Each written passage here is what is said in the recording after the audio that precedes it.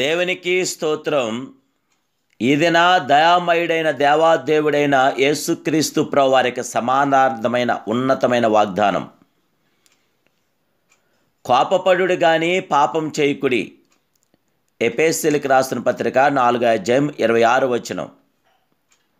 ప్రియా దయామయుడైన దేవాదేవుని బిడ్డలారా, ప్రభువైన యేసుక్రీస్తు మహిమ కలిగిన ఘనమైన నామములో మీ అందరికీ నా యొక్క హృదయపూర్వకమైన శుభాభివందనాలు తెలియజేస్తున్నాను. దేవుని యొక్క శాశ్వతమైన ప్రేమ, కృప, కనికరాలు మనతో కూడా ఉండి మన జీవితంలో జయము విజయము కలగాలని, మనం ఆశీర్వాదకరంగా దీవెనకరంగా ఉండాలని పరిశుద్ధాత్మ దేవుని యొక్క వాగ్దానం ఉదయకాల సమయంలో మనతో నింపుతున్నాడు. దేవుని వాగ్దానంలో కోపపడుడు కానీ పాపం చేయకుడి. ప్రియులారా, భయం నొంది పాపం చేయకుడి. మీరు పడకల మీద నుండగా మీ హృదయములలో జ్ఞానం చేసుకుని ఓరకుండుడి అని దేవుడి వాక్యం తెలియజేస్తున్నది.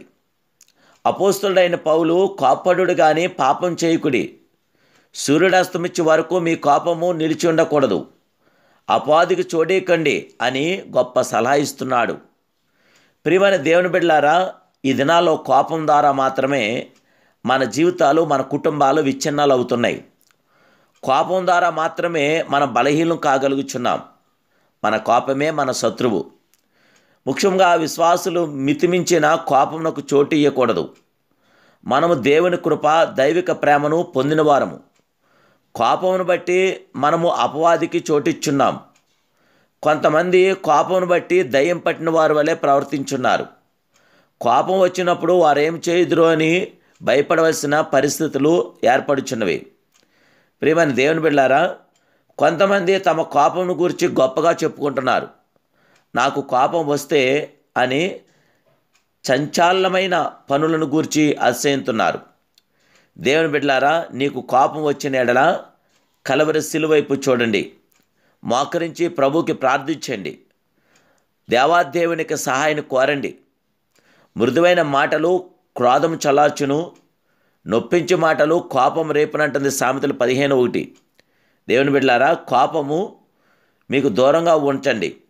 దైవిక సమాధానము, సంతోషము మీ హృదయంలో నింపండి. అందరితో సమాధానము, పరిశుద్ధ కలిగి ఉండటానికి ప్రయత్నించండి. మంచి ఆలోచనలు కలిగి జీవించండి. దేవుని నామానికి మహిమార్థంగా, దేవుని నామానికి ఘనతగా మీరు ముందుకు సాగండి. కోపపడండి కానీ పాపం మాత్రం చేయదు.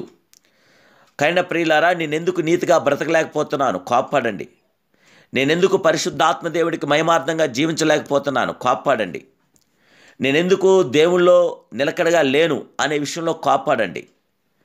అంతేగాని అనవసరమైన కోపాలతో మన జీవితాన్ని పాడు చేసుకోవద్దు. మంచి కోపం మనకు కావాలి.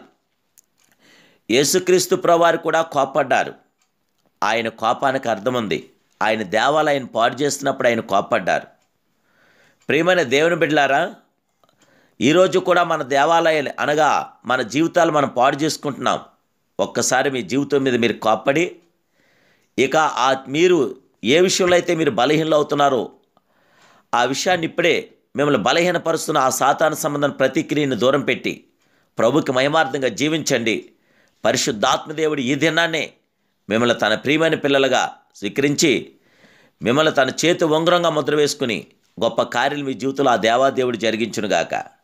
ప్రార్థన చేసుకుందాం. మహిమాస్వరూపుడమైన మా ప్రియ కన్న తండ్రి, మహిమ కలిగిన ఘనమైన నీ పాదాలకు వందనాలు, స్తోత్రాలు స్వామి. మీ శుభవాగ్దానం ద్వారా మీకు వందనాలు, స్తోత్రాలు స్వామి. మీ మాటలో శక్తి ఉంది, జీవం ఉంది గనక కోపపడుడు కానీ పాపం చేయకూడని మీరు చెప్పారు. దయచేస్తున్నైనా మాలో ఉన్న కోపాన్ని నాయన ఇప్పుడే మీరు దూరపరిచి మేము శాంతియుతమైన జీవితాలు మాకు అనుగ్రహించి నాయన మేము పరిశుద్ధులుగా, పరిపూర్ణులుగా జీవించడానికి నీ కుమారుడు యేసుక్రీస్తు నామములో మమ్మల్ని అందరినీ కూడా మీరు బలపరిచి ఇప్పుడే మాకు నాయన మీ సమానార్థమైన ప్రతి మీ ఆత్మకార్యం మా పట్ల జరిగించి పరిశుద్ధాత్మ మేలుతో మమ్మల్ని నింపని యేసు నామములో మమ్మల్ని ప్రియమైన బిడ్డలుగా మమ్మల్ని బలపరచమని ప్రార్థిస్తున్నాను కన్న తండ్రి. ఆమేన్, ఆమేన్, ఆమేన్. May God bless you.